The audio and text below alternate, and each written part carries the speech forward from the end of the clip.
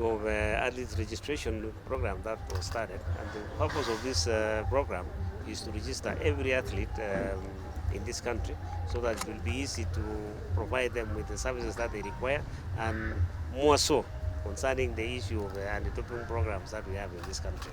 So this is what we want to do now, and to ensure that we have coaches who don't only athletes. It also includes the coaches. We want to know also those who are coaching that whether they have already done the requisite training so that they can actually train their athletes. The program that is coming is going to be compulsory, that an athlete who is going to be competing in any event next year must have gone through these processes so that they have information about every single athlete that runs in this country. Every single coach also that will be the coaching our athletes must have also registered, and also their qualifications have already been certified, and to ensure that we have a professional running industry in this country so that we don't have all these small problems that are coming up. This is the easiest way now to capture those athletes that are running already. We have also areas that we have to follow up the young athletes.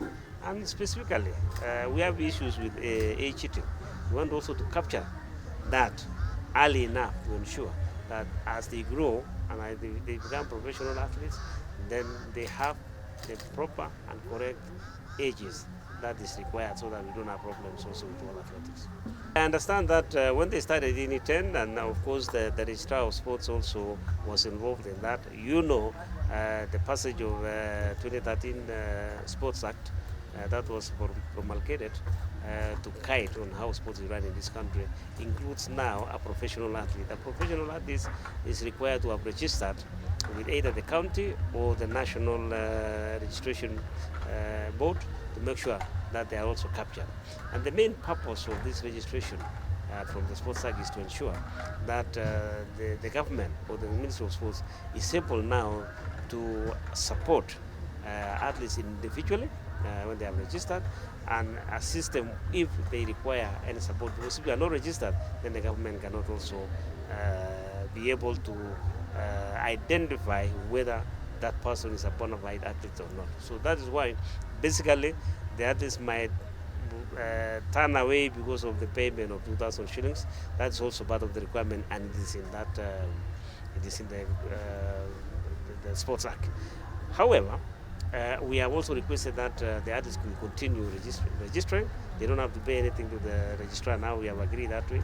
The athletes are required and requested to continue registration without any inhibition from the registrar saying that you have to pay 2,000. They can think about it and bring it back. But what we are doing now is to work very closely with the government, that is the registration department, so that we can capture the information or the requirements from the registrar of sports, and then from Athletes Kenya and also World Athletics, AIU, to input every information in one document so that the athletes can also be able to understand that there is nothing wrong in that process. But what we want to avoid is requiring athletes to pay the fee, because honestly this is free exercise. You don't have to pay anything, and that's why we want to understand now.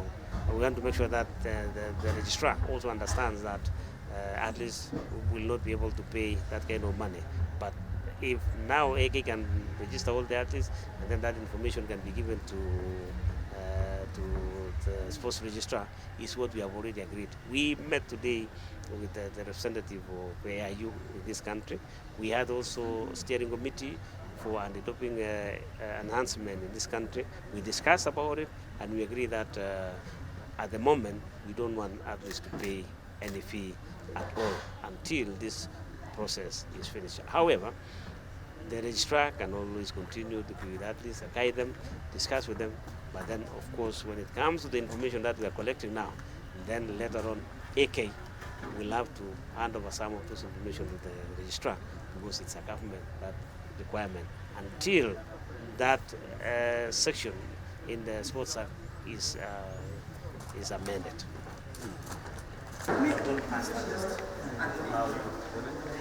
Now, very clear. next year, if a coach does not have any form of certification, any form of recognition that either one and ladies or Spain, they will not be allowed to play.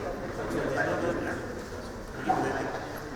We have to tell them also that it is not about the president, it is also about procedures. Everything with the one athletes that we have to set aside everything.